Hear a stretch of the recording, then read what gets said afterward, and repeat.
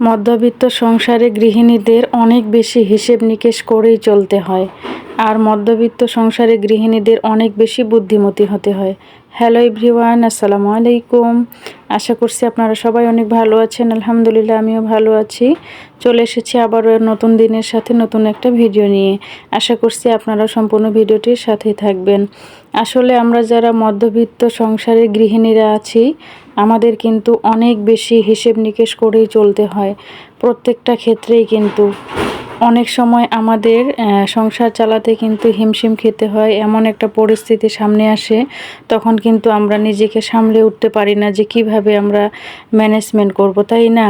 তো সেই জন্য কিন্তু আমাদেরকে অনেক বেশি বুদ্ধিমতী হতে হয়, আর আমাদের অনেক বেশি হিসেব নিকেশ করেই কিন্তু চলতে হয়। আমাদের হাজব্যান্ডরা কিন্তু ওরা কিন্তু অনেক বেশি পরিশ্রম করে তাদের সংসারের জন্য, আর আমরা যদি সেখানে একটু হিসেব নিকেশ করে না চলি তাহলে কিন্তু আমাদের সংসারেরই তাহলে তো আমাদেরই ক্ষতি, তাই না? সেই জন্য আমাদের প্রত্যেকটা ক্ষেত্রেই কিন্তু অনেক বেশি হিসেব নিকেশ করে চলতে হবে। আর যেই জিনিসগুলো প্রয়োজনীয় সেগুলো কিন্তু আমাদেরকে করতে হবে আগে, তাই না? তো আমাদেরকে কিন্তু মাস শেষে কিছু টাকা সেভ করে রাখতে হবে, কারণ বিপদ আপদ কখন আসে বা অসুখ বিসুখ এগুলো তো আছেই। সেই কারণে কিন্তু আমাদের সংসারের কথাও চিন্তা করতে হবে, আর চিন্তা করতে হবে আমাদের বিপদ আপদ কখন আসে, সেই জন্য কিন্তু কিছু টাকা আমাদেরকে সেভ করে রাখতে হবে, তাই না? তো আমরা এমন সময় এমন পরিস্থিতির মধ্যে পড়ি, তখন কিন্তু নিজেকে সামলানো অনেক বেশি কঠিন হয়ে যায়।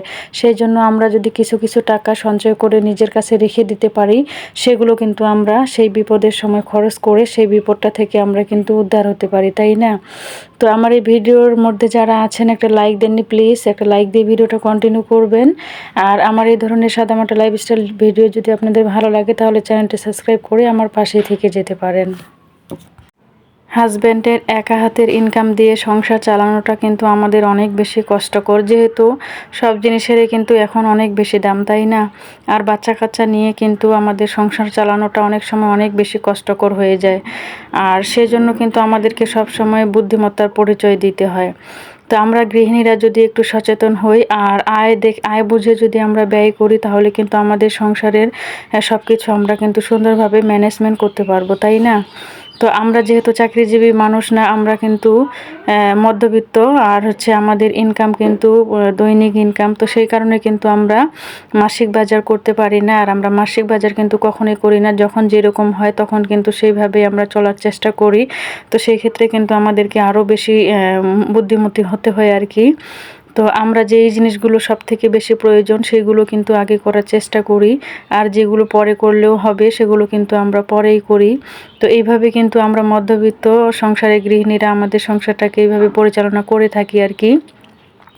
তো আসলে একটা সংসার আমাদেরকে পরিচালনা করার জন্য অনেক বেশি পরিশ্রম করতে হয়, কষ্ট করতে হয়, ধৈর্য ধারণ করতে হয়।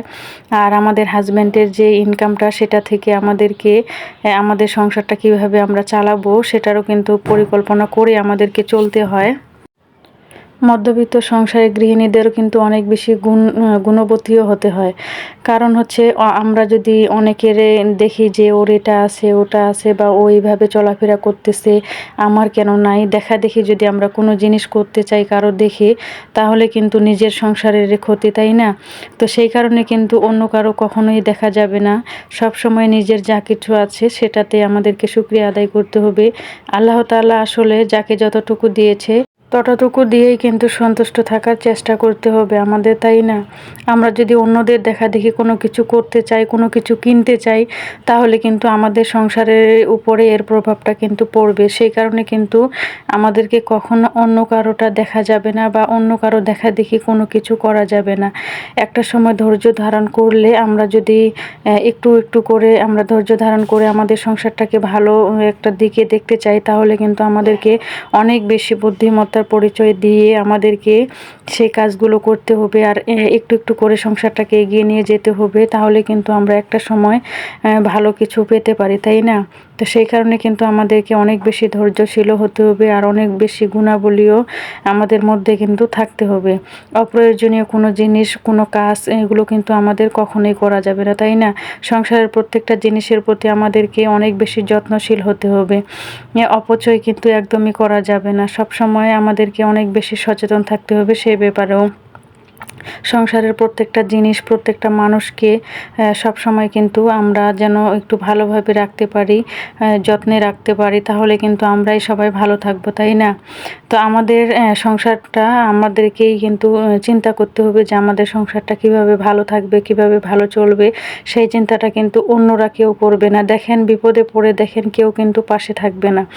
আসলে সেই বিপদের কথাও চিন্তা করতে হবে কিন্তু আমাদের, তাই না? তো বিপদের সময় কিন্তু আশেপাশে কেউই পাশে থাকে না। সেই বিপদটা যেন আমরা নিজেরাই উদ্ধার হতে পারি, সেই কারণে কিন্তু আমাদেরকেও অনেক বেশি সচেতন হতে হবে। তো আমার আজকের এই ভিডিওটা থেকে আমি যে কথাগুলো বলতেছি আমার কিন্তু অনেক নয়েজ থাকতে পারে, আপনারা প্লিজ একটু ক্ষমার দৃষ্টিতে দেখবেন।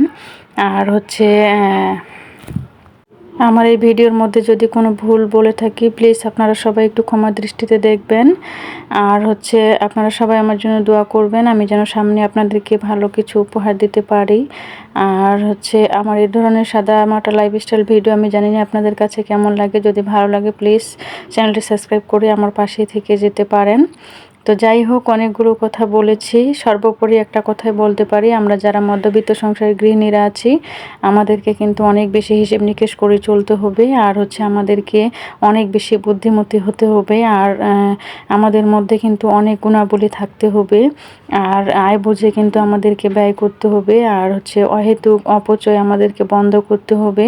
আমাদেরকে সবসময় চিন্তা করতে হবে আমাদের সংসার কিভাবে ভালো থাকবে, কিভাবে আমরা আমাদের পরিবারটাকে ভালো রাখতে পারবো। যেভাবে চললে আমরা ভালো রাখতে পারবো সেভাবেই কিন্তু আমরা আমাদের সংসারটাকে চালাবো আর কি।